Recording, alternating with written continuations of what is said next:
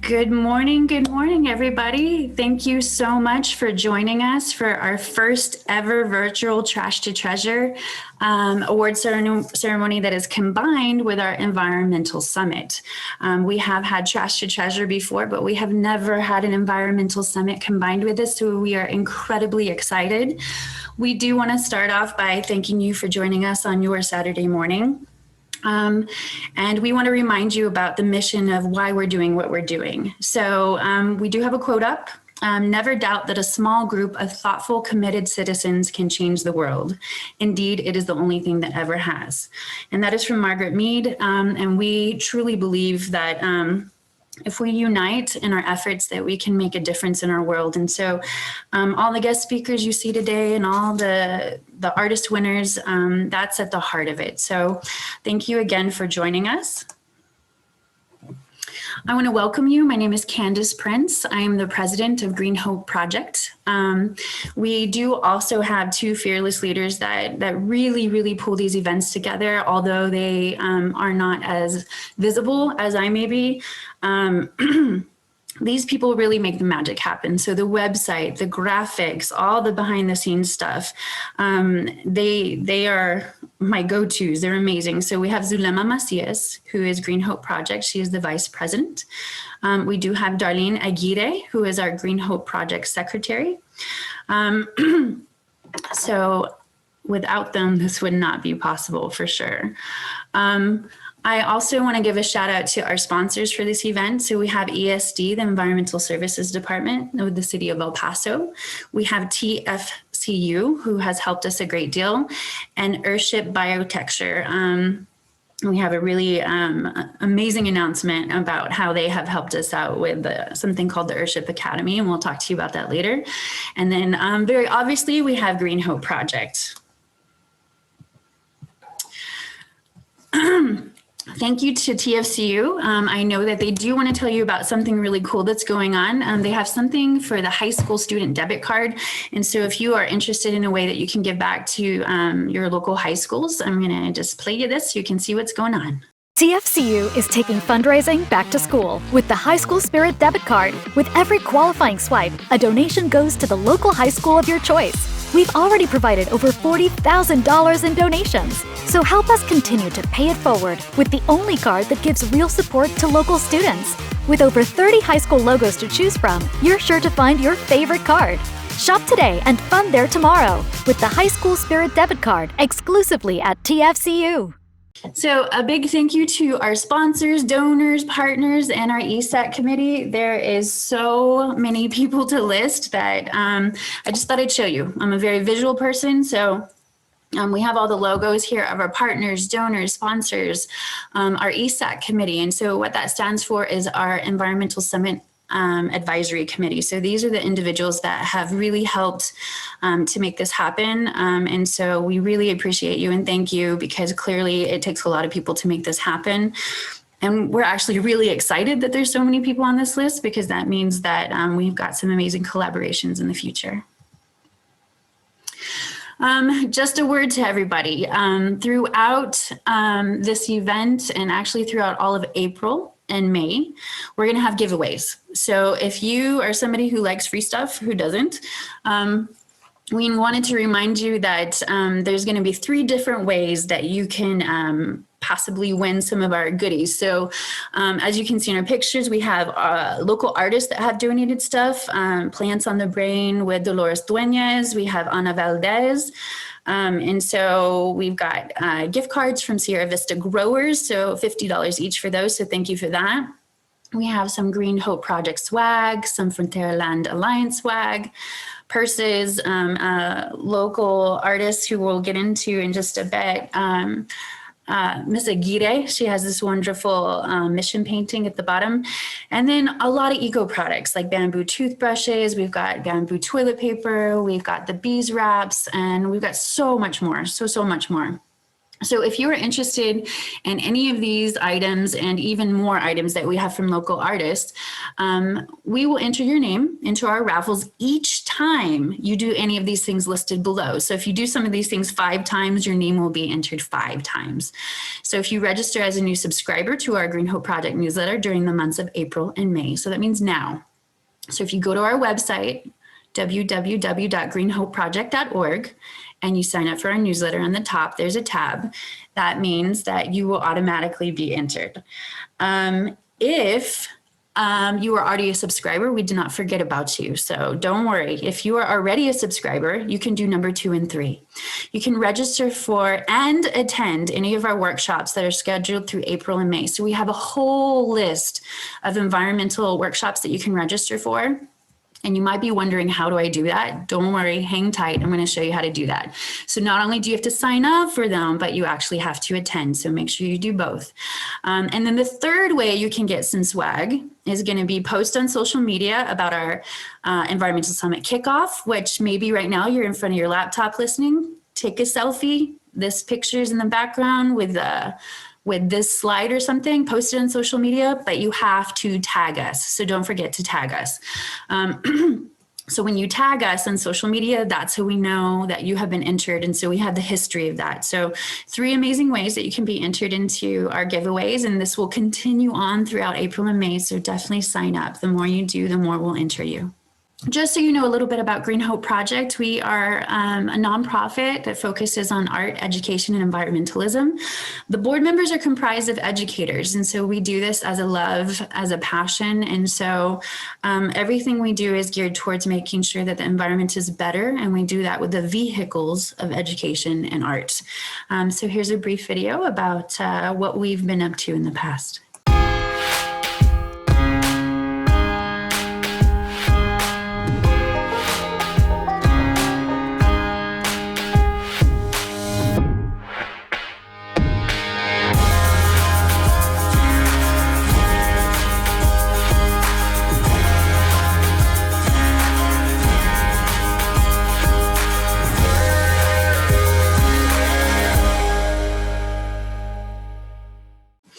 So as you can see, we do a lot, ranging from cleanups to sales to art workshops. But if you were wondering, how do you subscribe to our newsletter? How do you be a part of these cleanups? How do you help us with what we do? Go to greenhopeproject.org. And then all you do is, if you want to follow us on social media, if you want to tag us, look in the top left corner.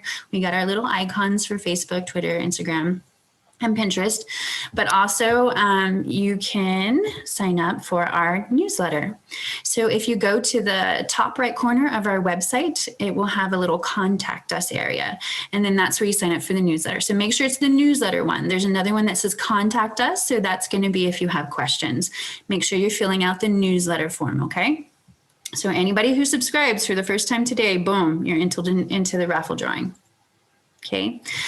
If you're wondering what's going to happen with the galleries as far as the Trash to Treasure, the T2T, if you want to know how to see all of the ones that made it into the show, it's going to be on the homepage as well. So you're going to click on galleries and then you're going to click on T2T. If it's not live right now, it will most definitely be live after the ceremony today. So you can go see all the wonderful artwork that we received, okay? All right. This is for those of you that are really interested in the Environmental Summit workshop. So don't forget, right now what's happening is we have the Trash to Treasure award ceremony smushed together, combined with our Environmental Summit kickoff event. So we're giving you a taste of both. So if you are here because you want to sign up for the workshops, I cannot believe we got 48 workshops. They're going to be ranging from solar cooking to composting to helping wildlife if you find them. We have a ton from the Earthship community. The Earthship Biotexture is going to be presenting quite a bit. We even have some family-friendly ones that if you sign up, the art supplies get delivered to you and you can do a recycled art project with us online. And we even have live ones where you go to hikes. And so go to our website, click on what we do, and then you're going to see Environmental Summit workshops. When you click there on the right-hand side here, you can see what it's going to look like. We have helping wildlife, indoor gardening, and self-reliance through off-grid living. And all you simply do is click on register for this workshop. I do want to make sure that if you are eager to attend some of these, you register today, because some of them are actually taking place tomorrow. We have 2 incredible workshops taking place tomorrow. They are listed chronologically on the registration form. One of them is going to be a hike with the Frontier Land Alliance. That one is capped at 10 people. So if you want to do it, we already have people registered. You need to register quickly. Another one tomorrow is helping wildlife. If you've ever found an injured animal, and it's like a bird or a rabbit or a duck or something, and you don't know what to do with it, you need to attend this workshop, because we have somebody local who can help with that. So please tune in. That one is tomorrow as well. And we also have one more tomorrow, and that's going to be one of the Earthship biotexture ones about indoor gardening. Do not miss these workshops, guys. Register today, because they're going to be incredible. So please sign up before spaces run out. Coming soon, Green Hope Project, we are working on bringing Bordalo II in. I know we've talked about this before, so we're really excited that we've gotten closer. So he's an artist from Lisbon, Portugal. He focuses on animals that have been harmed or impacted by pollution. So he takes the actual debris that is harming them, and he makes sculptures out of them. And so these are murals. So he'll drill this stuff into the walls and then decorate it. And it's called this Trash Animal series. So stay tuned for that. We also have something coming up called Precious Plastic, where we build these machines that will grind and shred plastic, heat it up, and then mold inject it. And then we can turn it into other items by mold injecting or extruding. And so our goal is to have plastics not end up in the landfill. We want to actually reuse them for functional items, whether it's tiles or bricks or jewelry or bowls. So that is coming soon as well. The last thing I want to tell you about, we are seeking educators to help us write environmental curriculum. So if you are listening to this and you are an educator, either in the field of science, environmentalism, you have a background in curriculum design, and even art people, because we really want our environmental curriculum to have a project-based component. So there's art embedded in it. So please reach out to us at info@greenhopeproject.org or shoot us a message on the contact form on our webpage. We really want to start this group. So please reach out. So just recap, we got Precious Plastic, Bordalo II mural. We are seeking educators. We do workshops virtual and in person. We always need volunteers. We always want collaborators. And if you would like to donate, that would be greatly appreciated. This is a labor of love. And so even $5 goes a long way. So on our website, you can see in the top right corner, there's a donate button.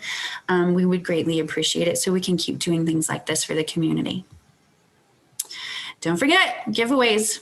Okay, go register for our newsletter, and then you can sign up for any of those workshops I just listed. And you can also post about this event, Trash to Treasure, any of the workshops you attend, post about it, tag us on it, and then we'll enter you into the giveaway drawing. We do have some opening remarks from somebody that we're very excited to have. So we have the United States Congresswoman, Veronica Escobar. And we also have Environmental Services Department Managing Director, Ellen Smyth. And so for Veronica Escobar, I'm just going to tell you a little bit about her. So Congresswoman Veronica Escobar, a third generation El Pasoan, proudly represents Texas's 16th Congressional District. She took office on January 3rd, 2019 as a member of the U.S. House of Representatives after making history as the first woman elected to this seat and the first of 2 Latinas from Texas to serve in Congress. Congresswoman Escobar serves on the prestigious House Judiciary Committee, House Armed Services Committee, House Ethics Committee, and the House Select Committee on the Climate Crisis. In addition, she serves as Vice Chair of the House Armed Services Subcommittee on Military Personnel. So we do have a couple words from Congresswoman Escobar. Thanks for the introduction, Candace. Hi, everyone. Thank you for joining the first ever Environmental Summit 2021, A Call to Action. I'm so grateful to our host, Green Hope Project, for creating this opportunity for El Pasoans to come together in honor, celebration, and preservation of our precious environment. I also want to thank all the community partners involved in this summit, including the Frontera Land Alliance, Texas Parks and Wildlife, the Franklin Mountains Wilderness Coalition, the Environmental Services Department at the City of El Paso Water, the Insights Museum, the Chamizal National Memorial, and so many others. Thank you for your leadership in the Action Committee and for sponsoring and creating all the exciting workshops that will be offered throughout April and May. These events will give attendees the opportunity to learn about composting, gardening, solar, cooking, and my personal favorite, advocacy. I'm a huge proponent of local efforts that allow children and their families to interact with their environment and get involved in the fight against the climate crisis while learning something new and having fun. We all have a role in addressing the climate crisis. That's why, as your Congresswoman, I've brought together a local advisory committee made up of advocates, experts, stakeholders, and other governmental entities so that we can begin a cross-sector collaboration and dialogue about this topic. The feedback I gather from members in the community will help advise my work at the House Select Committee on the Climate Crisis, federal legislation, appropriations requests, and petitions for administrative reforms. It's paramount that El Paso has a seat at the table, and this is one way of ensuring that our collective voices are heard in our nation's capital. This Congress, I'm excited to be a new member of the House Select Committee on the Climate Crisis and work to address the urgency of our warming planet. Through the committee, I'm engaging with the Biden administration to discuss different ways they can help and where they need Congress's assistance. I will be focused on climate migration, making sure climate solutions are equitable for everyone, including those in low-income communities, alternative fuel research like solar, drought mitigation, and more. I'm also looking forward to using this committee to push the Department of Defense to embrace climate solutions, particularly those that can help military installations like Fort Bliss in our local communities. Military installations have the biggest carbon footprint globally.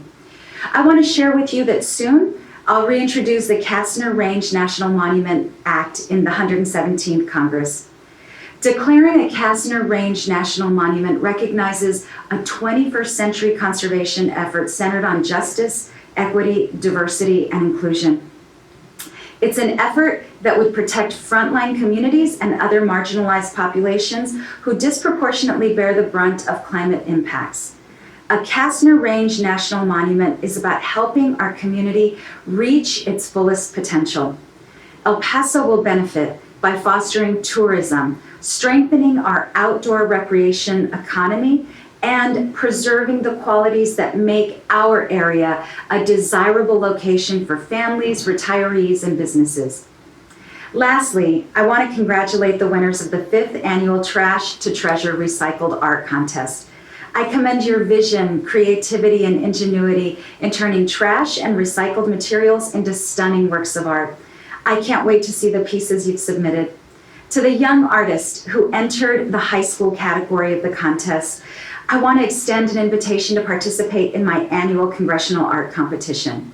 The deadline to submit is Friday, April 30th, and you can find more information on my website at escobar.house.gov under the Services tab. I hope everyone enjoys all the wonderful workshops and presentations the summit has in store. There's going to be so much to learn. It's going to be fantastic. Thank you for everything you do to take care of our planet and for inviting me to be a part of this very important event. Back to you, Candace. So it's really good to know that she's on the Climate Change Action Committee. And we're really happy that she's going to help us moving forward with any of these environmental eco events. So moving on, we do have Ellen Smyth with us. And so just to tell you a little bit about Ellen. Ellen Smyth is the Managing Director of Environmental Services in Sun Metro for the city of El Paso and has over 35 years of environmental and management experience in for-profit Fortune 100 firms, as well as in public service. Before returning to El Paso, Ellen worked for Eastman Kodak, Waste Management, Inc., the Texas Department of Transportation, and the City of Las Cruces.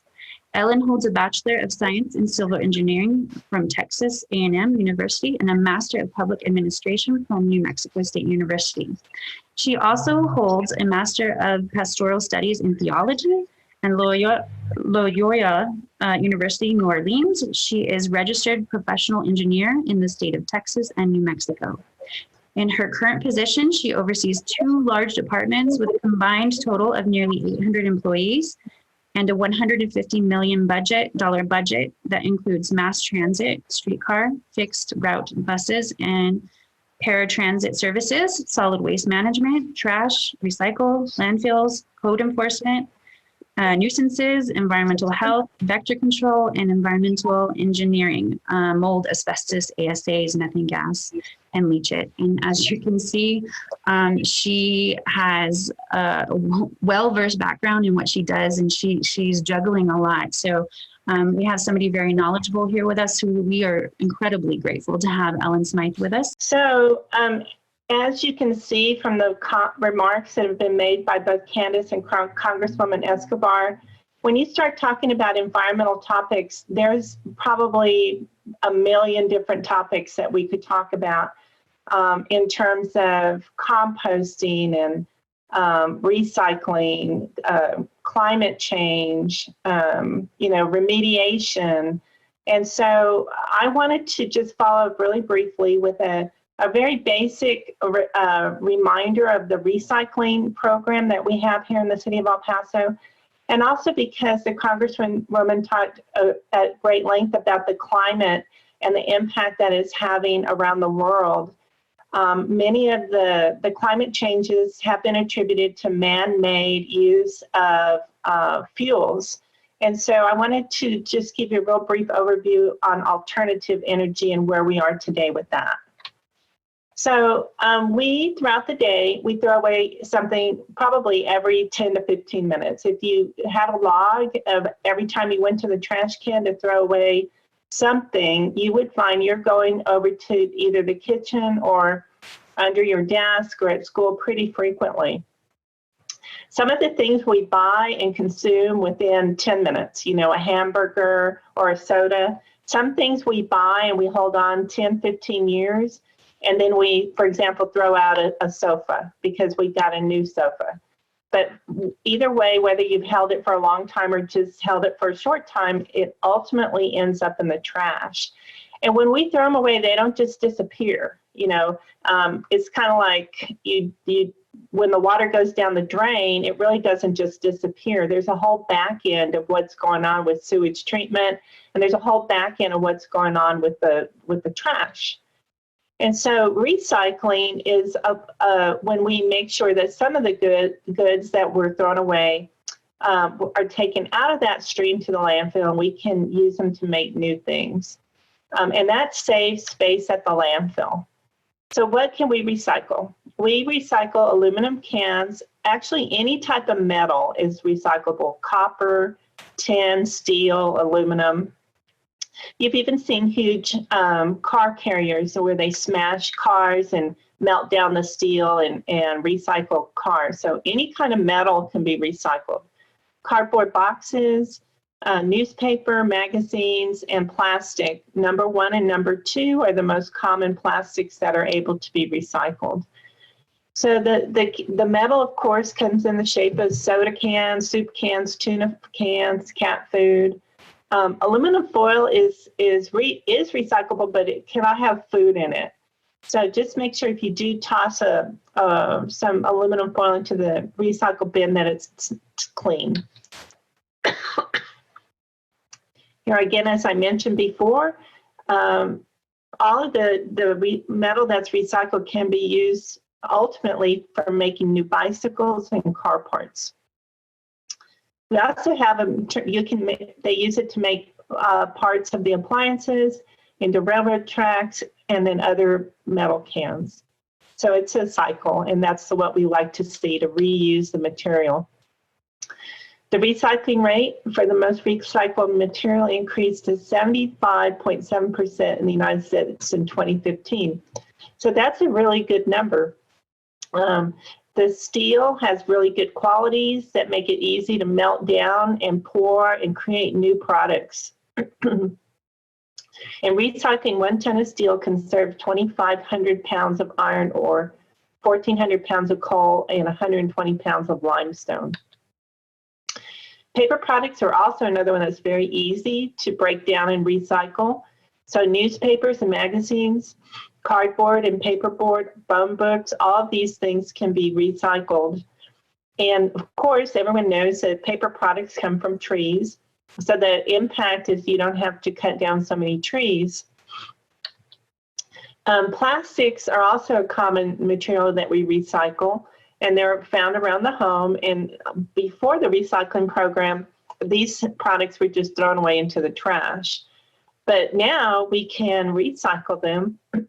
Plastic is made from oil, and oil is not biodegradable. It will never, ever break down and go back into the ground. So when you throw it away, it says thousands of years, but I'm not sure that it really ever breaks down. So the better thing to do with plastic is to recycle them. And on the bottom of the items, you'll see a number, either 1, 2, 3, 4, 5, 6, or 7. Number 1 and number 2 are the easiest ones that we can use to resell and make new product. The other plastics are recyclable, but it's much more difficult to find a market to take those other products. So the City of El Paso, currently we have our Blue Every 2 program, meaning our recycle truck comes by your house every other week. And so place your blue bin outside on the curb the same day as your regular trash day. The same rules apply. You know, it has to be out there before 5 o'clock in the morning. We don't want you to leave your bins out after 6 o'clock that night because it just sits on in the neighborhood and it's unsightly. The lids need to be closed. You know, they need to be facing the right way. So the same rules as the trash. You do not need to place your recycling bin out every week if it's not full.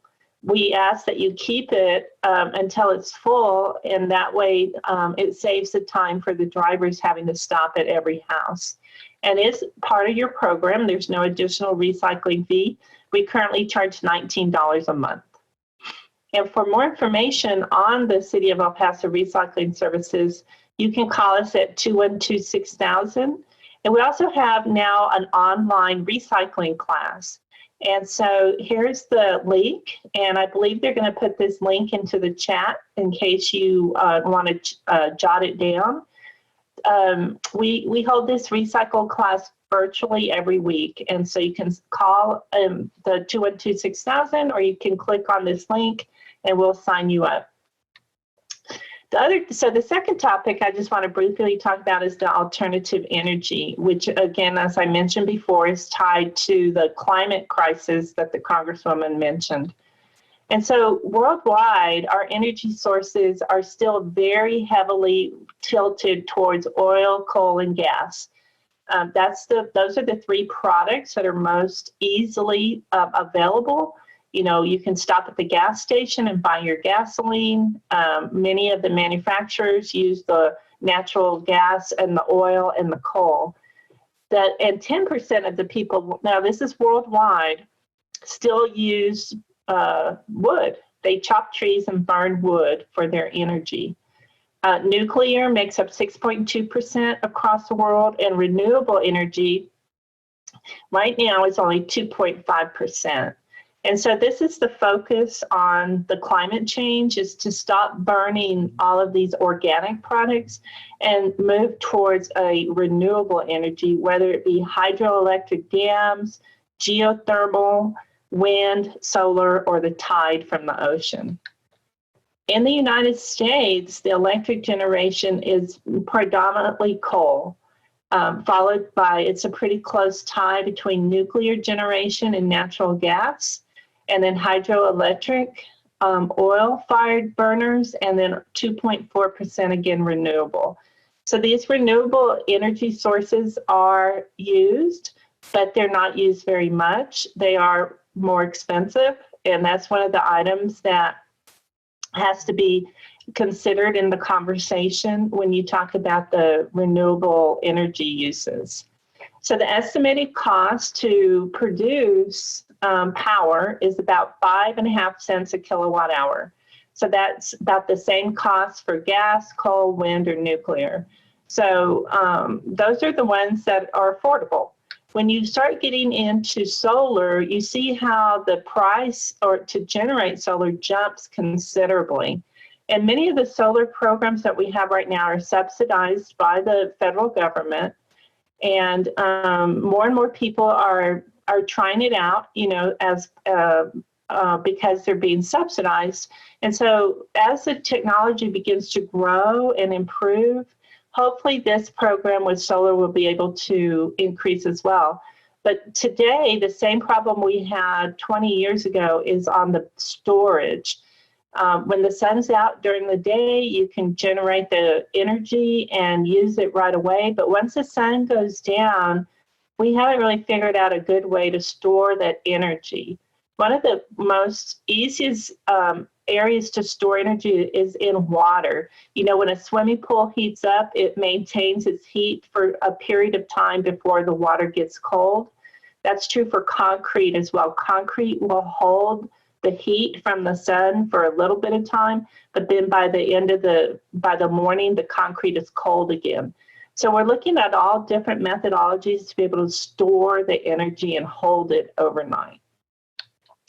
The wind, El Paso is very windy sometimes, but not windy at all sometimes. And so the wind, it has to be a steady state for you to have a constant generation of power.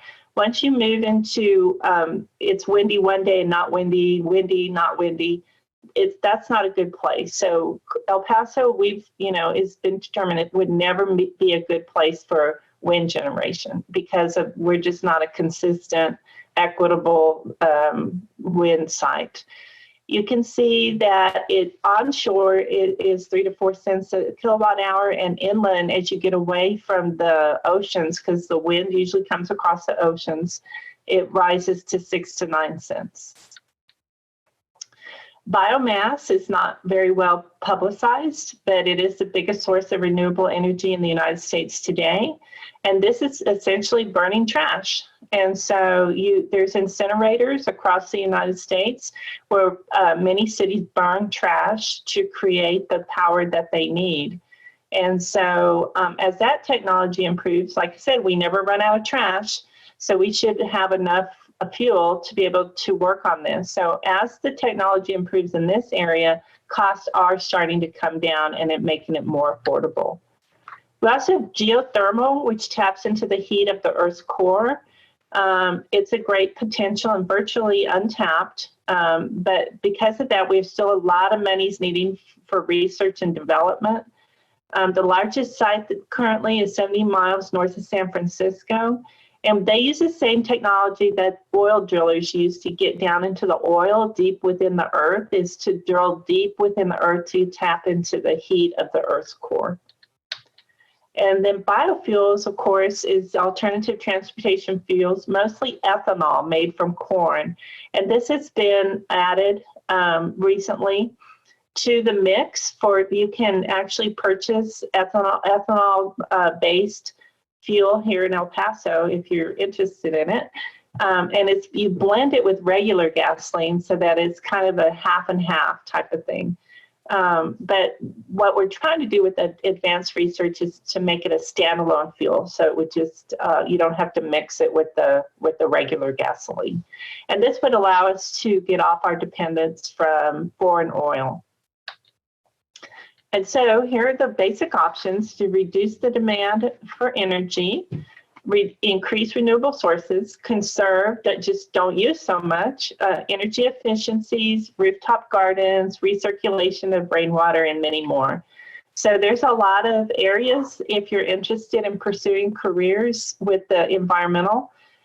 What we're doing right now, the City of El Paso is partnering with Fort Bliss to potentially analyze waste to energy plants. We're looking at alternative fuels, compressed natural gas, and then we're also looking at energy conservation as well as many other ideas. So that's just a real quick snapshot of what we're doing here with the City of El Paso. And I just wanted to thank everybody for joining in today. I hope you have a really great session, and don't forget to sign up for all the workshops that are available. Again, 212-6000. If you want to chat with any of the environmental services staff, we'll be happy to answer any questions later. I know we really don't have time right now. Thank you so much, Ellen. Actually, there's a lot of information on there that I didn't even know, so I really appreciate that. Now we have that documented.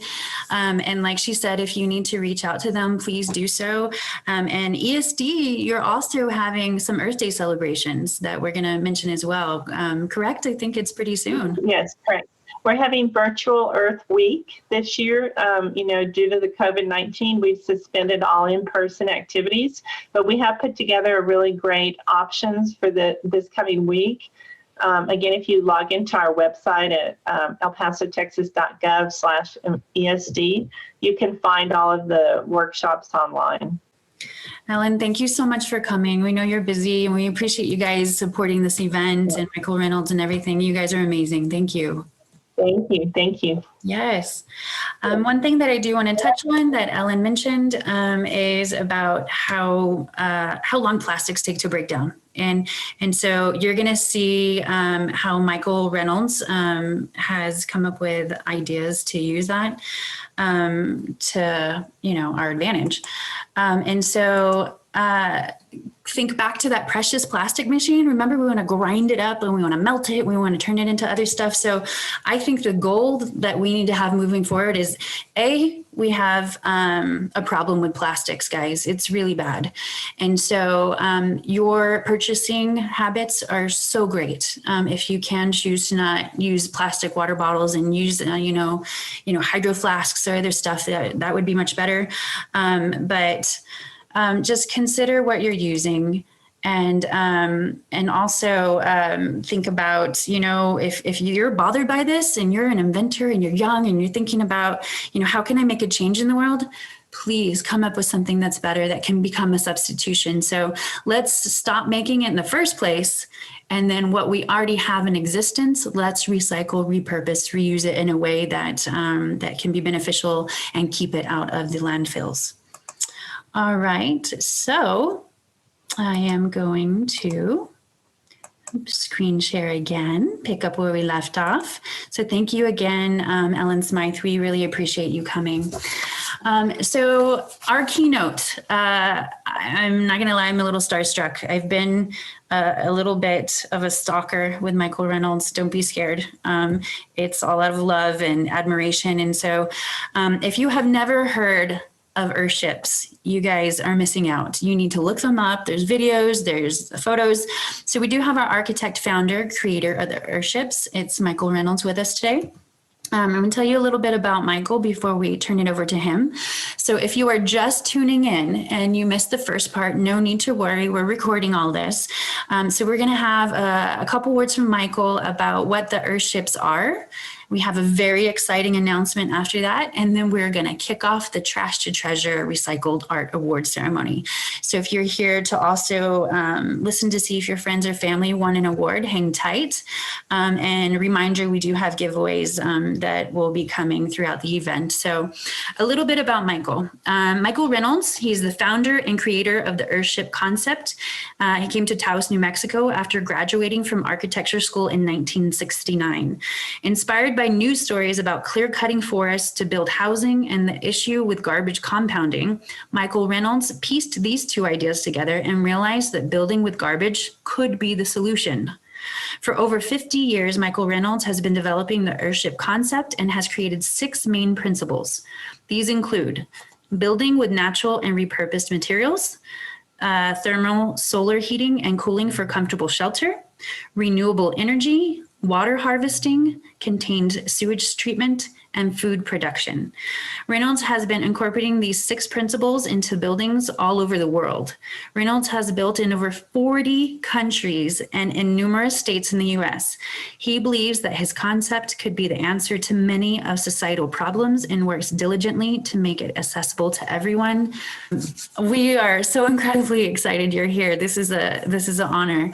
So I'm sure that there's members of the audience that have no idea what an Earthship is. So I'm gonna turn it over to you, and I'm gonna let you screen share, and I'm gonna be quiet and let you tell them all about this. Okay, thank you very much. First of all, I would like to say that you guys have put together a good program here that I think should really get spread to all cities. I'm very impressed with that. So we're talking about biotecture, which is achieving sustenance through encounter of earth phenomena. And this is the one. And so what are earth phenomena? They are wind, rain, sun, gravity, condensation, thermal mass, lightning, rainbows, all aspects of biology and physics, and much more. We're trying to encounter them for our sustenance. As we mentioned before, we have synthesized this into 6 things that humanity needs. Of course, food, something to do with their sewage, something to do with their garbage, comfort without using energy, water, and electricity. Those are the 6 things that humanity cannot really do without. A good model for this is a tree. A tree addresses, a tree encounters the environment to provide sustenance for itself. We could use a tree as a model, as a mentor. The tree drops leaves to make more dirt, compost for more trees. It has a plumbing system that takes up nutrients and water from the earth. It puts out oxygen and takes in CO2, a symbiotic relationship with creatures like us. And it collects energy from the sun, very much like our solar panels. So a tree is really a great model for how we should live on this planet. You never hear anybody say there are too many trees. A lot of trees together make a forest, and people go to them for peace of mind, for beauty, for meditation, for appreciation. Okay, that's trees. Then we got these things right here. These things, we do not know what their purpose is here on this planet. You put a lot of them together and you've got this. This is us. This is what we do to the planet. So how can we make this better? This is what we do. I call this inspiration. Really, this is inspiration to come up with and promote something better, something different. This is how we creatures get our energy at this point. This is what we do with our sewage at this point. And I've seen this all over the world. This is what our byproducts of our lives are on this planet. I've seen this all over the world. Look at this. These are mountains of tires. These, in my mind, are a natural resource. If we think of them that way, we can simply consume them and make new cities. This is under the Caribbean. This is what we do. This is what we do with bottles. We make mountains of bottles that we just don't know what to do with, yet glass will never go away. So why not figure out a way to use it? Plastic is the same way. We need to use it. Now, there's something I want to point out here that is very important, and it's called gather and use, as opposed to gather and remanufacture and use. That's recycling. That's a good thing. But it is a lot easier to just gather something and put it in a wall. And all of this goes together to do what we call SAFE, produce a sustainable autonomy for everyone. We have buildings that demonstrate this on all levels, and that's what we're doing in our compound at our headquarters in Taos, New Mexico. Buildings that are built with these materials, and buildings that heat themselves from the storage of energy in the compacted earth inside the tires, and make a botanical rainforest that produce food inside your building, part of your home. Inside this building in Montana, there is a tropical rainforest. We can do it in any climate all over the world. And a brief bit of history about it is it started back in 69, 70, with making buildings out of the old steel cans, and then the aluminum cans, and domes, and adding greenhouses to domes. There's a whole 50-year history of gathering and using products to put in buildings. Then we got into tires and beating the earth into the tires with a sledgehammer to create this thermal mass that stores temperature so that you do not need to use fossil fuel to heat or cool your home. We began working in weaving energy into the homes, windmills, and to produce electricity, windmills that we can produce ourselves. Then we came up maybe about 35 years ago, we started calling it an Earthship and applying these 6 points to it. And the Earthships became a name of a vessel to live in on this planet, to use on this planet to encounter the phenomena of the planet for sustenance. We've got $1 million ones and typical ones. These, we wrote 3 books called Earthship Volume 1, 2, and 3. People buy them and build their own Earthships. This is the idea. We want to put housing back into the hands of the people. We've done it in extreme places so that we can learn more about how to do it in extreme places. This is a banana tree growing at 10,000 feet in Taos, New Mexico. We've made communities that start doing this, and we have made lots in the communities not touch each other. This is important, not to consume the entire planet with human existence, to let the creatures that exist and it existed here in the past still wander through. In our community, herds of elk still wander through the community. The buildings take on many shapes and they can be very artistic, but the bottom line is we end up with housing as an independent global living vessel. And we called it the Global Model Earthship, and they exist really all over the world.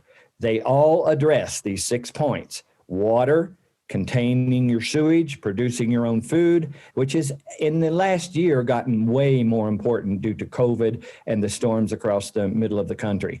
And then of course, electricity, which also got very important because there was a lot of electricity down during the last year. And then of course, using the building itself, thermally and solar, to maintain comfort without fuel. This makes there's an important point here. This makes renewable energy much less expensive because you don't need as much of it if your home heats and cools itself. And then of course, using the natural and recycled materials. I call automobile tires a natural material to this planet at this point. And so we have a custom version of this that shows, you don't have to live in a teepee in the mountains of New Mexico to be sustainable. You can live in a mansion. And this is a botanical mansion, really, a $2 million mansion. Then the standard version, like a Toyota Corolla type, global model Earthship, and they are pretty typical looking inside. And the economy model, like the smart car. We have to bring these ideas to all the financial stratas.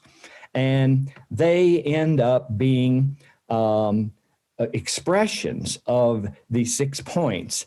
And each one of the 6 points is related to the other. And so it makes it, to do it all at once, makes it much more doable and easy for people. We're essentially trying to provide a yellow brick road that is easy to walk down into a sustainable future. And the current model that we are making right now, it keeps evolving and keeps getting better, is what we call the Unity Earthship. We call it the Unity we're unifying the people and the planet with the sustenance of people rather than alienating people from the planet. So this building expresses that and uses all the things that I just mentioned and makes them available to all financial stratas. And there is much more as we go into all of these different categories. We do that in our academy. We have a course on each one of the 6 points, and you can go way deep into every one of them and pretty much make an academy on each one of them. So it's an educational process, but it's not a pie in the sky idea. It is a reality, and there are examples of it all over the planet right now. So I think that's a good enough intro to what this is all about. And thank you for having me. Oh my gosh, that is incredible. After you stop screen sharing, I'm hoping you can stay on just for 2 questions I have. I know it wasn't scripted, but you inspired me. So for those of you that didn't know about them, that was a Cliff Notes version. I mean, it is a lot more detailed and there's a lot more stuff that goes into it. And I'm sure that you guys are hooked and you probably want to know more. But if you guys paid attention to the flyer, the poster for this event, I'm hoping now you're making the connection that the poster is depicting, I believe it's the Phoenix Earthship, right? Yeah, it's the Phoenix Earthship that is pretty much a flagship for a flamboyant presentation of these ideas. That was the mansion one, right? Yes. So as far as the Phoenix goes, that is located on the Earthship community in Taos, New Mexico, right? It is. It is. And the Earthship community is essentially a legal subdivision that has no utilities. It's probably one of, if not the only one of its kind in the world, because a subdivision is all about utilities. Well, this subdivision has no utilities. It has a bunch of homes that are their own utilities. It's an example of what I think is a very important issue for people to consider these days, and that is decentralization. Because if these homes do everything for themselves, it takes a huge load of stress and misuse off of the planet, and it is possible. So it's all about being self-sustaining. Yes, it's like I say, it's putting housing, not only housing, it's putting sustenance into the hands of the people, and you are relating to these unarguable phenomenon, like the sun is simply the truth of this planet. So why not relate to it for energy? So I have two questions. One is, if anybody would like to go stay in any of these just to see what they're like, I mean, can they do like an Airbnb, or can they go see the place, or? Yes, we have all three different types, the custom and the standard and the economy versions in the community as Airbnb rentals. So you can go to earthship.com, the website, and book them that way, or you can go through Airbnb. And the purpose there is for people to really experience this. You know, you can talk about it a lot, but to be in one of these buildings when it is 20 below outside and you're toasty there in a t-shirt eating a banana that you picked from the living room, I don't have to say anymore. No, because the drawing that was for the poster, our board members, when we found out about you, I think it was a Facebook video that somebody had shared, and it was like a recap, and Lauren was on it and you were on it, and I was just amazed. And so the Green Hope Project board, we were like, we need to go there. We need to go stay in one, see what this is all about. And so we went and we rented the Phoenix, and we didn't want to come back home. Like, we wanted to live with you. We wanted to quit our jobs and run away and, help you build. And guys, coming from an art background, they're beautiful. They're so beautiful. They're artistic. They're very creative. And when we went, it was snowing, Michael. And when we walked into the front area, we were hit with a wave of warmth from the greenhouse area. It felt tropical when we walked in, and there were live fish in there. There were live birds in the area, and it was just the most relaxing thing we'd ever experienced. And so, guys, go check them out for sure. And I just want to really thank you for existing, because I think that the world needs this, and I think they need creative thinkers. So we appreciate you more than I think you realize. I think you are leaving a legacy that's going to inspire future people, because we do have a problem. We do have a problem. And the last question is, if Green Hope Project wanted to build an Earthship in El Paso, Texas, and have it as our headquarters, or anybody would like to build an Earthship as their home, what would be the first steps if they're like, I don't know what to do? Like, where do I go? How do I even begin? Well, there are several sort of roads into this kind of a thing. We have intern programs, we have an academy, we have, of course, the nightly rentals where you can just come and experience it, and then you're here where everything is on our campus taking part in it. But just contacting the academy on earthship.com would be a good place to start. And then a lot of people that come to the academy then get involved with us, and we go to China or Japan or wherever and help them get an example there. And we have programs to do this and to make it When I say a yellow brick road, I am serious. In other words, we need to make the pathway to sustainable living as easy as walking down a yellow brick road. Right now, it's an obstacle course. We need to make it a yellow brick road.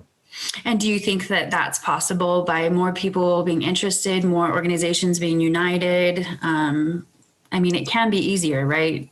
It's got to be easier. And that's what we're trying to do, is make it easier. And yes, the more organizations like yours that are collecting information and presenting it to people and basically educating people, once people know this and believe it and can really buy it in their mind, then the yellow brick road sort of exposes itself more and more from an obstacle course to an easy way to go. That's what it's got to be. And you guys are helping do that.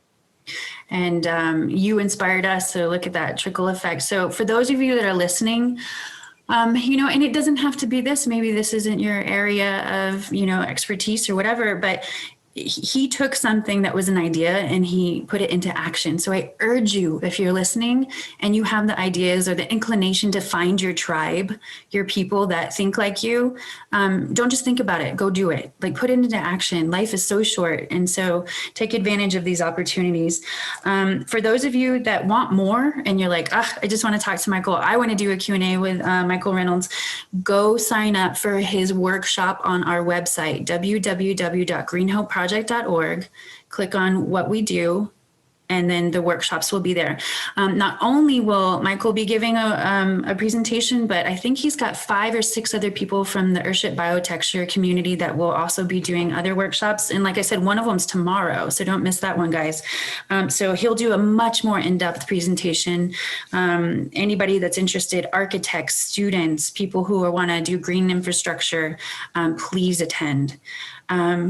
If you don't want to add anything else, I just want to tell you from the bottom of our hearts, we really appreciate you, reaching out to El Pasoans and letting us hear this. Okay, thank you very much. Thank you. Good luck. Thank you. Okay, guys, let me go ahead and screen share and we'll pick up where we left off. And I really liked his presentation because I'm very visual, so I like to see what he was talking about for sure.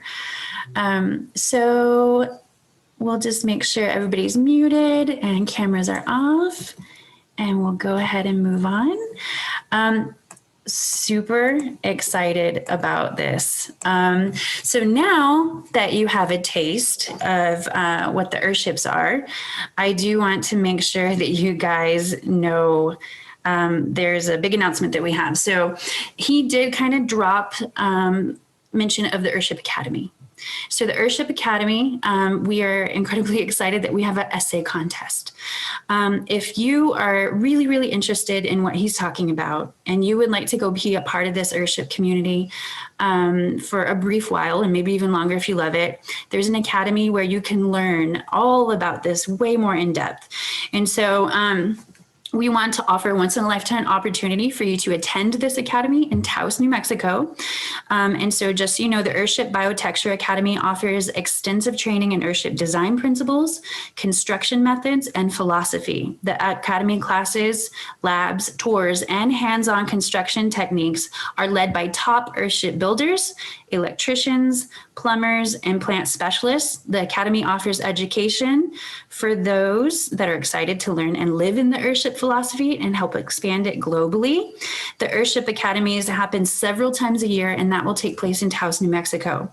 Green Hope Project is going to choose one lucky individual to attend this 4-week-long life-altering experience. The person that writes the most convincing essay about why they should be chosen will get to go to this educational experience and bring back what they've learned to El Paso. And so if you win, we're going to pay for the academy. So the only thing you would have to cover is the expense of you getting there. But I think everybody knows from El Paso to New Mexico, it is not that far. So we'll pay for the academy if you can get yourself there. And so when we choose the winner and you go, the condition is that when you come back to El Paso, you got to tell us all about it. to see your pictures. We want to hear your stories. We want to live vicariously through you. So we just want you to come back and tell us what it was like so that we can share it with more El Pasoans. And who knows what kind of partnership this is going to foster. This could grow and grow and grow. And, like he said, the more people that jump on with this, the easier it's going to be to have it accessible to more. We will begin accepting submissions in early May. Keep an eye out for our newsletter with specific essay contest details and the green light to begin submitting. So again, if you are interested in this essay contest, or if you know somebody who would like to do this academy, it's several times a year. Go to our website, greenhopeproject.org, sign up for our newsletter, because if you're not signed up for the newsletter or the social media, you're going to miss the announcement with all the essay contest details. Okay, so be sure to do that. And then also, if you want to hear more about the Earthship Academy and you're like, I still kind of don't understand what this is, I don't want to do an essay unless I kind of know all about it, there is a workshop, guys, on Friday, April 23rd, 5 to 6 p.m. Go to our website and register, and you can do a Q&A. You can ask them all the questions you want. And then if you decide you want to do it, that workshop's at the end of April. So you go to the workshop, you hear all about it, and then we announce the essay contest in May. You've got time to start thinking about it and deciding whether you want to apply. And when you go to our workshops, that workshop will be called Earthship Academy. So go look for that, register. Not only will you be entered in our giveaway drawings when you register and attend a workshop, but you could win this once in a lifetime opportunity. So do not waste it, guys. This would be incredible. Again, don't think about stuff, act on it, do it. Okay, so if you are going to go register for this, if you would like more information, again, this is April 23rd, 5 to 6 p.m. That is what the registration form is going to look like. Make sure you click on the one that says Earthship Academy. And also, if you want information about Michael Reynolds, he will also do his own separate workshop that's more in-depth. So look, pay attention to who the presenter is. We got like 6 or 7 Earthship workshops, so check them out. 3 things. We will enter you into a raffle to win some of these items. Gift cards to Sierra Vista growers, artists have been so kind as to donate artwork. We have some from Terra Land Alliance stuff. We've got bamboo toothbrushes, swag from GHP, tons and tons of stuff. So register for our newsletter, you'll be entered. Register and attend a workshop, you'll be entered. Post on social media about the kickoff, the workshops, the trash or treasure, you'll be entered again. So every time you do that, we'll enter you. Okay, the moment that you have all been waiting for, the T2T award ceremony. Remember that everybody is a winner. I do want to tell you, we have adult, high school, middle school, elementary. Do not log off after your division is done, because we have some surprise awards at the very end. So if you didn't get your name called for the first, second, third place, tune in, because we have some Green Hope Project Choice Awards. So make sure that you tune in and listen to the very end, stay to the very end, okay? All right, in our adult division, we have 3rd place adult division, $100 goes to Cindy Dozel for a piece, Felted Faux Succulents in Rustic Shovelhead. Description, this is thrifted or damaged wool sweaters. They are felted and attached to found objects. This is beautiful. So she took damaged sweaters and turned them into a piece of artwork. The judges were very impressed with this, Cindy. So thank you so much. This is so beautiful. Beautiful, beautiful. And 2nd place for $150 in our adult division goes to Amy Louise Mills Brown, and the piece is entitled Solace. This assemblage is made with metal, wire, and paper found in a drainage culvert. The nest material, discarded landscaping waste from an apartment complex, is wired to unidentified metal trash. The nest was wired to the found metal object with found wire and then painted black. The heart is a filed thrown ceramic cylinder repurposed into a heart. The heart pages, if you look in the middle, there's some pages, and nest adornment are found paper torn and altered. The The photo of the back of the piece is meant to show the found metal base and wire assembly. These pieces were originally rusted metal, but painted black to unify the piece. This is incredibly beautiful, Amy. Thank you so much for entering, and congratulations again. And for our first place, $300 adult division, the winner is Katie Gelinas, Artificial Beauty. Description is: the still life bouquet is a theme that metaphorically speaks about the destruction and creation found in desiring beauty. It is an acknowledgement of our attempts to suspend and hold tangibly the ephemeral beauty found in the natural world. Our need to capture it and emulate it is a way of assigning permanence to fleeting impermanence as a tribute. Artificial beauty is a high reminder that this work is vastly more sacred, healing, and beautiful than any artwork could ever portray. It is a noble calling for us as a species to own our actions, make choices that recognize our impact on the planet. I came away from this art piece feeling as though there's too much waste.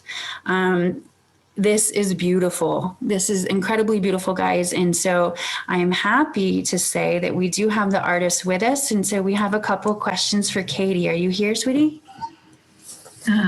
Yes, here I am. Congratulations. Thanks. This is awesome. You're welcome. Oh gosh, thank you. I mean, for submitting this. We do have a couple questions for you. We're hoping we can have answered. And so I'm sure there's a lot of people that want to know, how exactly did you create this? Okay, well, to start with, the origin point was actually a lesson that Mia Ortiz, who is one of my colleagues in YISD, came up with. And, we're always trying to find something for our remote learners to do, because back at least in last September, in October, November, December, nobody was coming to school, very few students. So since I'm an educator with YISD, we thought, what could we use that students had available? There's so many of them that, their parents are not able to buy them a lot of supplies. So we wanted things that they readily had. Cardboard is like everywhere. And this was a really great inspiration, using floral bouquets, ideas that have been passed down in art history for like centuries. It's one of those things that every artist probably has done either as a study at some point in their careers. And so we did. Actually, I did in my classroom, she did in her classroom, and I have no idea how many other teachers, because we share amongst each other some of our ideas. And, I wanted the students to really look around. What do they have that they could use? And cardboard is everywhere, from your cereal boxes to stuff you get in the mail to, literally everywhere. So coming up with that project origin started like that. And of course, it was right around the time in December when you guys were starting to send out your PR about Trash to Treasure. So I told the kids about it. I'm like, you might be able to use this down the line. And they were really excited about it. I will say that about the students at this time. And it's perfect that you guys are like so action oriented in this environment, because I think that this generation is going to be like really getting on board with those ideas, and I hope that a lot comes out of this summit. I'm really excited about the academy that you guys are talking about. So yeah, so that's how we started. Oh my gosh. And so, and I say this over and over again, and people are probably tired of me saying it, but I really believe there's power in art. It can move people. And when people are moved emotionally, they do action, right?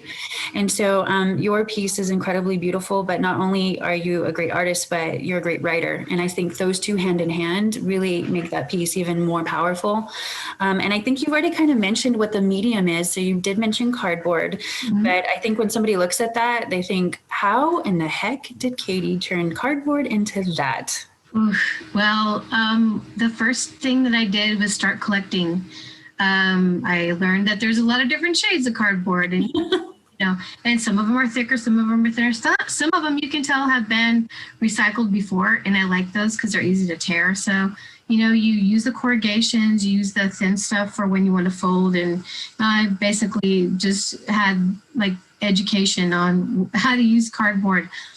Tried to use as many different manipulations as possible, used quilling, folding, all kinds of stuff. And we looked at a lot of videos in class on how to manipulate cardboard, and we all kind of did it together, the students and I.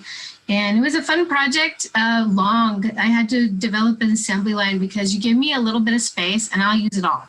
Give me more space and I'll use that. So after a while, people were just like, oh, I don't even look at that area because it was really getting like really large.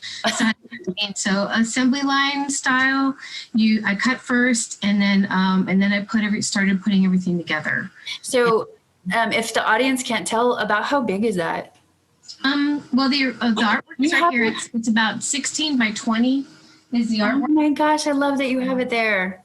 And then you have the frame is about 22 to 24, 26. Wow. So it's 3D. Can you turn it at an angle so we can see how? Yeah, but you're gonna see the side. I gotta put something in there, but Wow. it's bas relief, so everything is emanating from the side. I will say a lot of students did awesome work. Mia's was beautiful. I mean, everybody who did this, if they really invested the time in it, it came out fabulous. Wow, that's incredible. Talk about reusing stuff that would end up in a landfill anyway.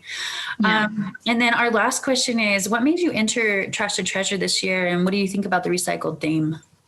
Well, that's always been a theme attached to the work that I do. A lot of it is women and nature and our connections or lost connections, and always trying to get back to those connections that we have, animals and people and nature, trying to develop a unity for that. So this is just an extension from that. From when I was a child, my parents telling us, I asked them one time, because I lived in Massachusetts, why don't we ever have swordfish anymore? And my parents telling me, they took it off the market because there's too much mercury in the water. And that's when I was like, what? How does that happen? And my parents bought me ecology books. And that was my first wake up for, we do impact the environment. I had no idea. I was probably about 7 years old. Oh my gosh. It's been like a recurring theme. Endangered animals, things that really impact me are always nature related.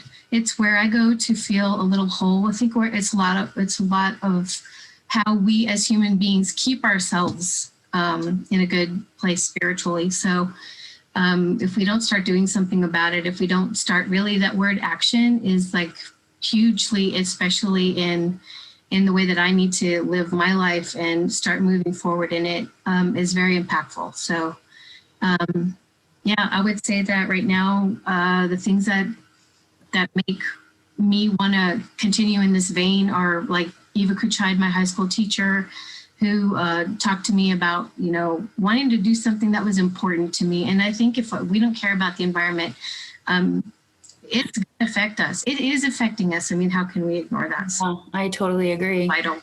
Yeah. Are you excited about Bardala II maybe coming to El Paso? Oh my God, yes. I'm excited about everything on this summit environment. It's like awesome. I'm like, yes, feed me some more. I'm like, I have like notes already on everything that I'm going to do. I'm going to share with my kids. I mean, hopefully that, we really start, so we continue doing what we can to make this world a better place. So I'm going to just speak to that last thing you said, and then we'll see if you want to add anything. But one more thing is that when you were at a young age and you heard about this with the swordfish, and it just really kind of hits home, especially for young kids that are like, I don't understand why this is happening. Why would we do this? I know that some of you listening might feel overwhelmed. It's almost too much to take in sometimes because you feel like you don't have any control. But I'm here to tell you that sometimes we can't save the world. We can't change the whole world, but you can start in your community. And I guarantee you can make a difference in El Paso, and that's going to be the beginning. So if you're feeling overwhelmed or emotional, or you just don't know where to begin, keep coming to stuff like this. Keep finding the people who do the things that are trying to make a difference. So I encourage you to sign up for as many of those workshops as you can, because you're going to make these connections with your community. And these are the people and organizations that want to make change. So, what Katie did, take notes, guys. And then the last thing is, do you want to add anything? No, I think it's important that we keep learning. Life has like learning moments all the time. Right. We need to stay motivated. I like that word action. I think our young people, our students are moving in that direction. So lucky to be in the world. I'm here to try to help you guys celebrate it, and I'm celebrating it with you guys. So thank you for letting me be a part of this. Well, thank you for contributing as an amazing artist. So that's Katie Gelinas, guys. She's an educator, art teacher, appropriately so. Thank God she is, because she's inspiring future generations. And so here's a look at her artwork one more time. It is amazing, incredible. I can't believe it's cardboard. So again, if you are just tuning in, a reminder, if you do not win in any of the divisions, high school, adult, middle school, elementary, for the first, second, third, stay tuned until the end, because we have some special Green Hope Project Choice Awards that we want to give out. You may receive one of those. Go to our website, greenhopeproject.org. You can sign up for the newsletter to get information about any of this. And don't forget, after this is over, the full gallery will be up. You can see all the adult entries that was admitted into the show if it wasn't one of these three. So that'll be on our website as well.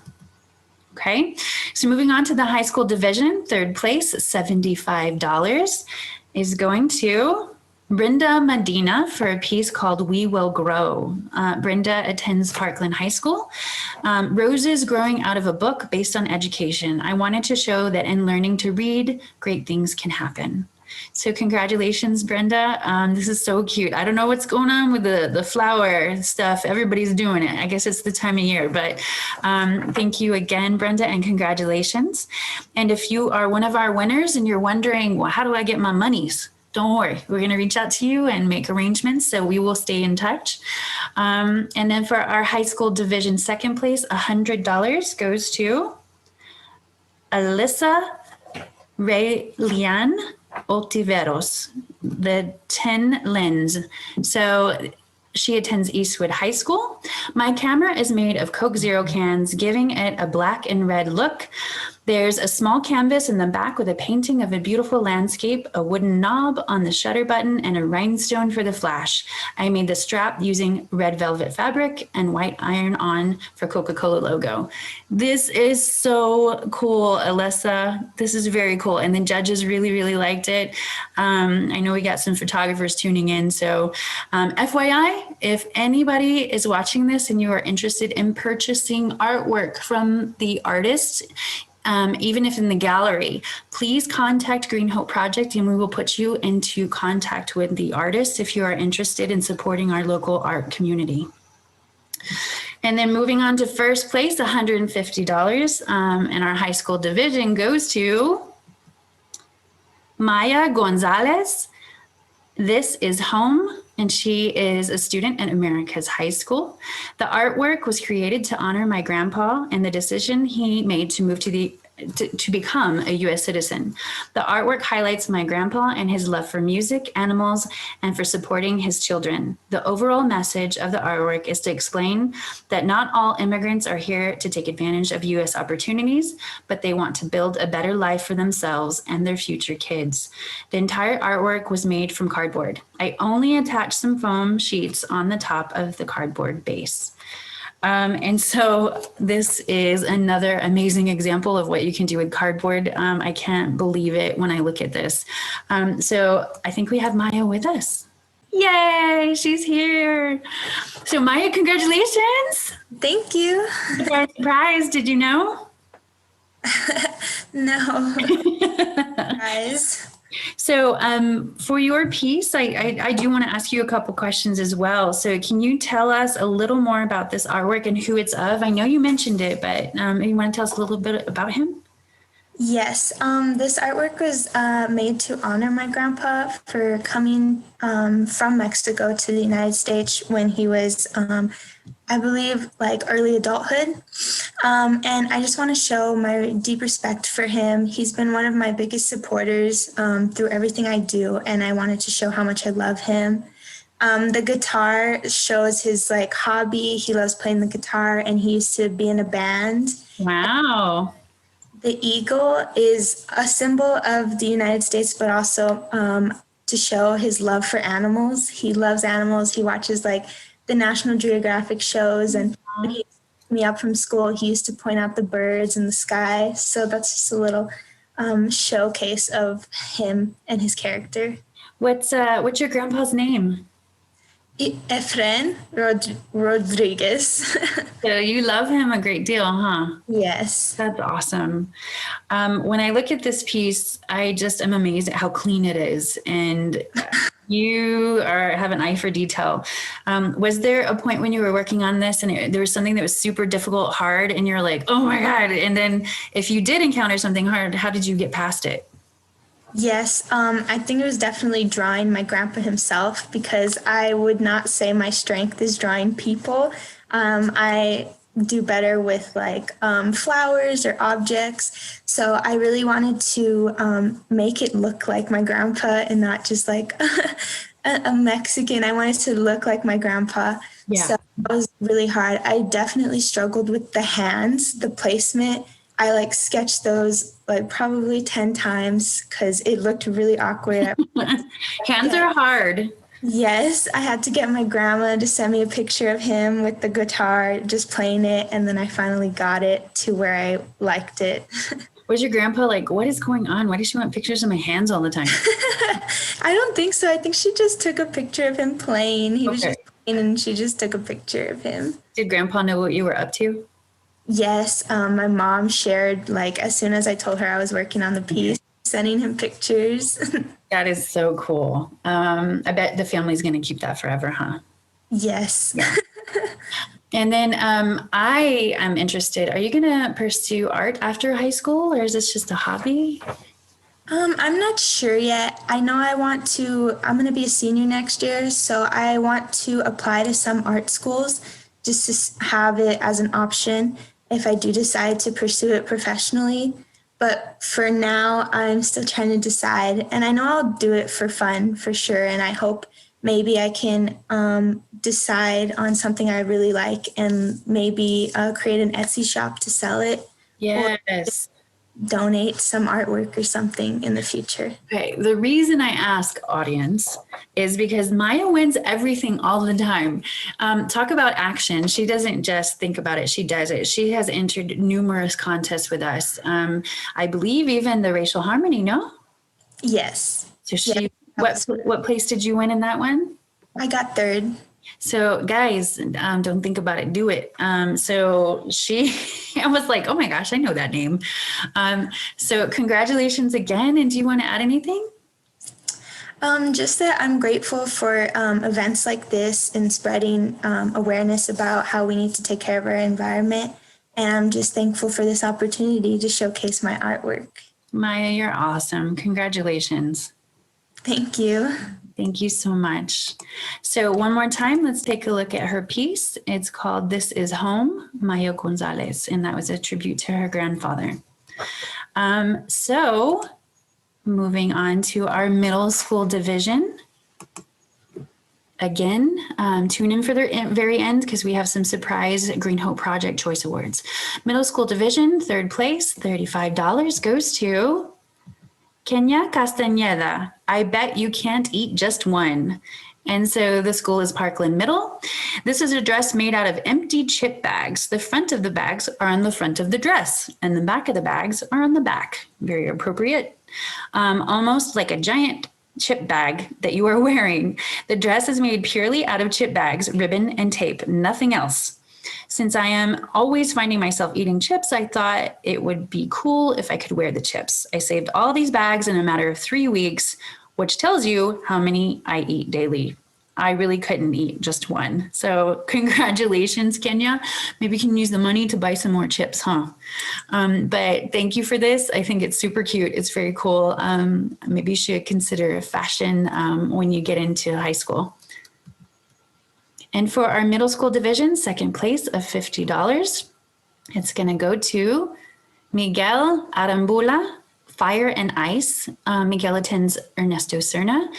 and his love for sneakers, and with the industry opting to create clothing and shoes out of recycled materials.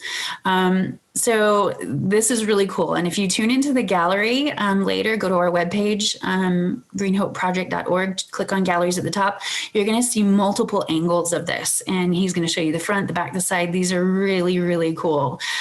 So Miguel, we'll get a hold of you for your $50 check, but we want to say keep doing what you're doing because this is really, really nice. Moving on to our first place, $75. Middle school goes to Melanie Cordova for Hummingbird. The school is Desert Wind, and this is a colorful hummingbird feeding. I don't think you guys realize the intensity of this, but I think we're going to talk to her right now so we can ask her some questions about all these different components. And let's see if we have Melanie with us. Hi. Hi, there's Melanie. Congratulations, you won first place. Thank you. You're welcome. Look at that smile. Melanie, so your artwork Hummingbird, what gave you the idea to make this?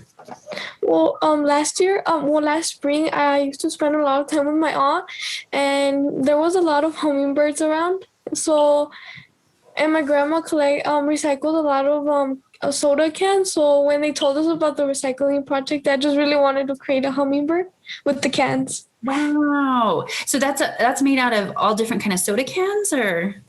Yeah. Wow. Did you cut yourself? Yes. I've worked with cans before and it's dangerous. Did you get pretty good at it though? You started to learn how to handle it better? Yeah. Aw, good. Okay. And then how long did it take you to finish this hummingbird? I can't picture how big it is. Well, it took me like three and a half. Mostly because collecting the cans took a long time. 3.5 days or 3.5 weeks? Months. Wow. Yeah, because you got to drink a lot, huh? Yeah. So you had to collect the cans. So for sure you had those. Those were definitely used items. And then, and so just to put it together took forever, huh? Yes. Oh my gosh. How did you put it together? Was it with like hot glue or what? Yeah, with hot glue. Ouch, I bet you burnt yourself. You have suffered for your artwork. And then my next question for you is, what are you going to do with this artwork now that the contest is over? Definitely gonna put it in my room, just like a symbol of my accomplishment, and yeah. Cool. Okay, you're gonna keep it then. Yes. And I noticed the beak of the hummingbird is dipping into like a light bulb, huh? Yeah, it's a flower made out of a light bulb. That is so creative. And then do you want to add anything? No. No? Melanie, we're so glad you entered the contest. Keep it up and we hope you enter again next year. Congratulations, sweetie. Thank you. So I'm going to go ahead and show you her piece of artwork one more time. So that is a lot of sodas, and man, do you guys drink a lot of different kinds. Wow. And you chose the colorful one, so that's super cool. So this was her piece, Hummingbird. I'm sure this took her quite a while, and thank you again, Melanie. We'll be in touch with you. And then for our final division, but not our final awards, we're going to have Green Hope Choice Awards at the end, so stay tuned to find out if you received one of those. For our elementary division, third place, $25. It will go to Maya Rodriguez Vargas, Strong United Women, and she attends Paso del Norte, a group of women holding hands, united in strength. My name is Maya, and I'm in second grade, and I wanted to enter this contest by showing that all women can be united and strong in saving the earth together. Guys, really think about that. This is coming from a second grader. Maya, you are incredible, and we are so happy that you're thinking like this at such a young age. You are our hope for the future. So congratulations, sweetheart. This is amazing, not just for the environment, but for gender equality. So good job, girl. In our elementary division, second place, $35. We have Victoria Melendez, Society is Poison, Douglas Elementary. The trash are her thoughts, and she is drowning inside of a bottle. She is thinking about the people throwing away the trash. She's thinking, why are people doing this? Why don't they try to save the world from it? And so, you know, although this seems a little bit darker, I think it's how some people are not understanding what's happening. And so this is pretty powerful coming from an elementary student. So Victoria, don't feel hopeless, because we are working on it. And I think by you doing your artwork, it's also going to bring a great message to the cause. So congratulations, Victoria, and thank you. For our first place, $50 elementary goes to Nathan Schrader for a piece entitled Hope for Recycling. Nathan is homeschooled, and he says, I made a rainbow design to represent the future hope for recycling. The design is made out of plastic bottle caps from various types of plastic bottles, such as soda, milk, laundry detergent, and medicine bottles. I hope that more items can and will be recycled in the future. Same, Nathan. And so take a look at this, how colorful it is, guys. We have Nathan with us right now. Are you there, Nathan? Yes, I am here. Congratulations, you got first place, dude. Yay! Nathan, you're looking sharp. Check you out. Ah, nice bow tie. Nathan, how long did it take to save all those bottle caps? It took me a year, but I did have help from my friends. But the reason why I had help from my friends, it was useful because it would give me more variety of colors for the design. Okay, and your friends helped you said a whole year? Yes. Wow. Way to stay on it. Did you already know about the contest a year ago, or did you just happen to be saving bottles for no reason? I happened to be saving bottles for no reason. You're so cool. Okay, and then how did you come up with the idea to kind of spread the bottle caps out like that? Well, originally we were going to do Starry Starry Night. For it, we were originally going to do Starry Starry Night, but we ran out of bottle caps, so we just decided to do it in a rainbow color. Man, the way you arranged it is beautiful, Nathan. Good job. And then I want to know, what are you going to do with the money now that you won? You going to go buy more bottles? I'm going to save it up until I need it. Wow. So you don't know what you're going to use it for yet? No, I don't. You're so smart. I'm glad he's saving early, guys. Take advice from this kid. Nathan, I hope that you enter again next year. Do you think you might? Probably. Different maybe material, or the same bottle caps again? Different material, probably. Okay. Is there anything you want to add, Nathan? No. Thank you so much, Nathan, and congratulations. We'll be in touch, okay? Awesome. So guys, ranging from all age levels, clearly we're all thinking the same thing, fighting for the same cause. So beautiful piece of artwork, Nathan. Congratulations again. And as promised, Green Hope Choice Awards, we told you to stick around because even if you weren't in that other category, we do have some more awards we want to give out. So our first Green Hope Choice Award for $25 goes to Branch Mumert, Happy Crocodile. Branch is homeschooled. The crocodile is made from 2 egg cartons I cut apart, then painted. Then I cut toilet paper rolls in half for the feet and painted them. The bottle cap eyes I found at the park on the ground and painted them as well. It makes me happy to recycle things that were going to be thrown away into something that will make people smile. This definitely made Green Hope Project smile. Branch, this one is so cool. So congratulations, sweetheart. We'll be in touch. Green Hope Project Choice Award, $25. Santiago Acevedo for a piece entitled Super Saturno, Johnson Elementary. I made this because I had a lot of plastic bottles in my home and I was able to recycle the Saturn on my science project to make this sculpture. This is so cool. I love the way you did the waist, the hips. It's just super appropriate. So this one is very, very cool. Congratulations, Santiago. And again, guys, if you see anything that you're interested in purchasing and you want to support our local artists, they may or may not sell them, but it doesn't hurt to ask. You can reach out to Green Hope Project and we will put you in contact with them. So congratulations, Santiago. Our next award for $25 goes to Gael Pons Garcia for a piece called Robot, Johnson Elementary. These are bottle caps that I collected from the floor in Juarez and recycled cans from when I went to my grandpa's house in Juarez and collected a lot of bottle caps from the floor to make this robot.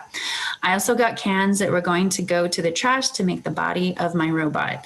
That is a lot of bottle caps collected in Juarez. Good job, Gael. I'm glad you didn't throw them away because this is super cute. I can imagine this even like hanging on a porch and being like an installation piece. So Gael, good job. Our next one for $35 goes to Noeli Amalie Cobos for a piece called Captive. Noeli attends Young Women's Academy. It depicts a seal entrapped in wire as floating garbage surrounds the creature. In the back, there's a silhouette of a factory looming over the scene. At the top left of the page, there is a bright sun, a signal of hope for the future. This is really, really a powerful piece. And when we saw it, it made me want to cry for sure, because when you really, really look at it and you think about it, how helpless some of the animals are in the title, Captive, the description, and I mean, your thoughtfulness of even the factory. But I love how you ended it, that the sun, there is a bright sun, a signal of hope for the future. You guys are going to be that hope. So Noeli, congratulations, and thank you for doing such a powerful piece of artwork.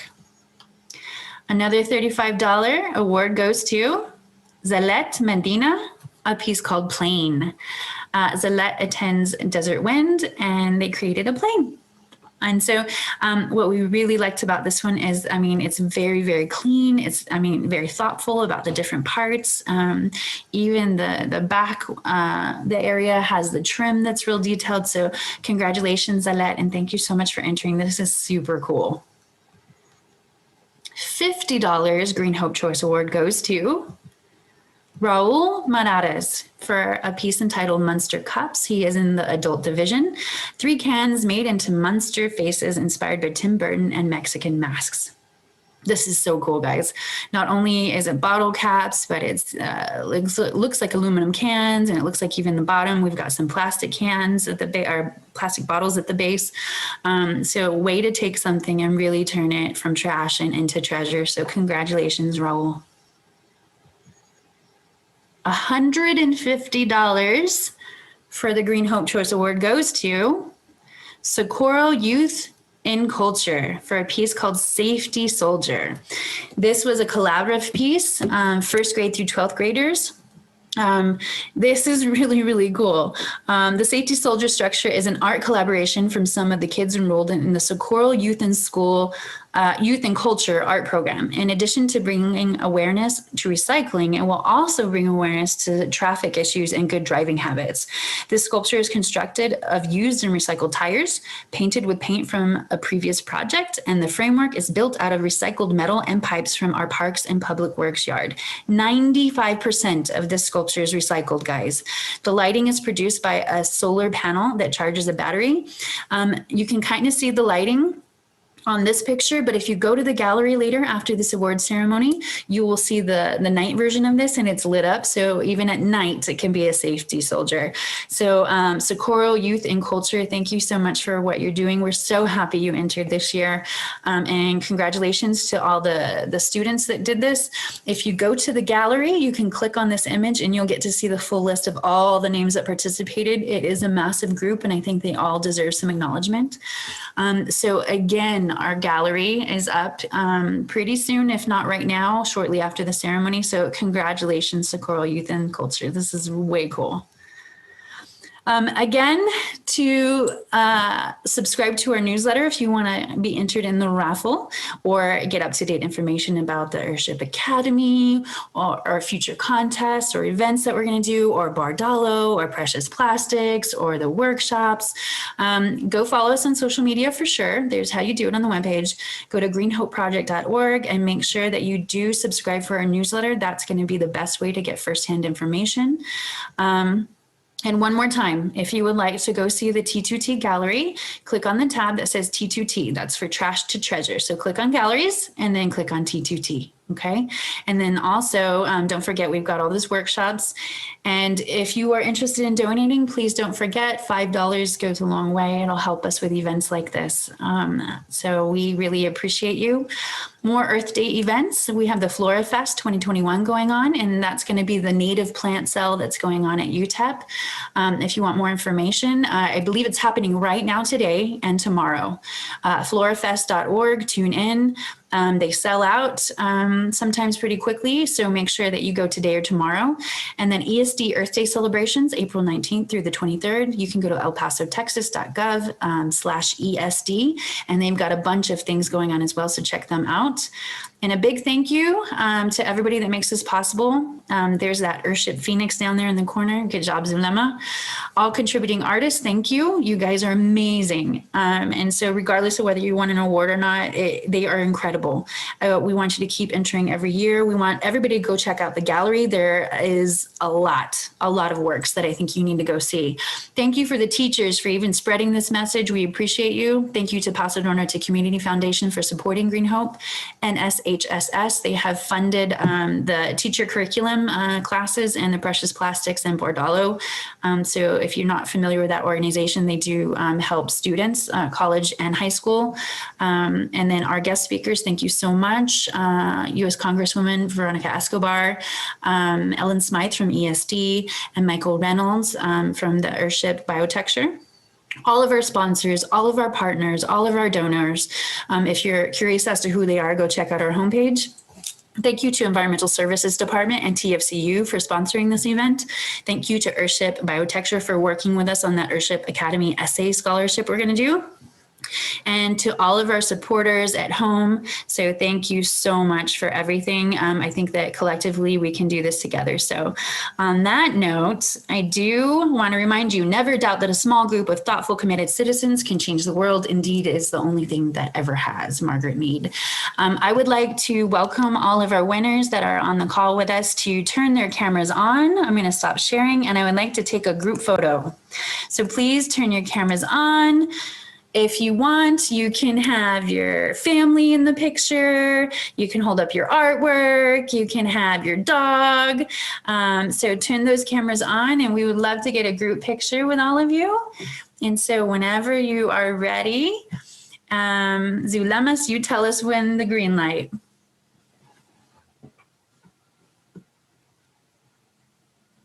Oh, Doggy's trying to run away. You can't get Doggy. It's like, come back. Don't hurt yourself, Nathan. Don't hurt yourself.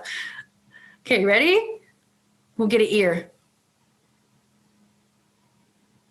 I think you're muted, Zulema. Cheese. That's all I'm saying, everybody. Cheese. All right, ready? Cheese. Right. Good doggy. Cheese. Thank you, guys. Again, congratulations to everybody. We appreciate you. We love you. Go sign up for the workshops, and have a great weekend, everybody. Thank you so much. Bye-bye.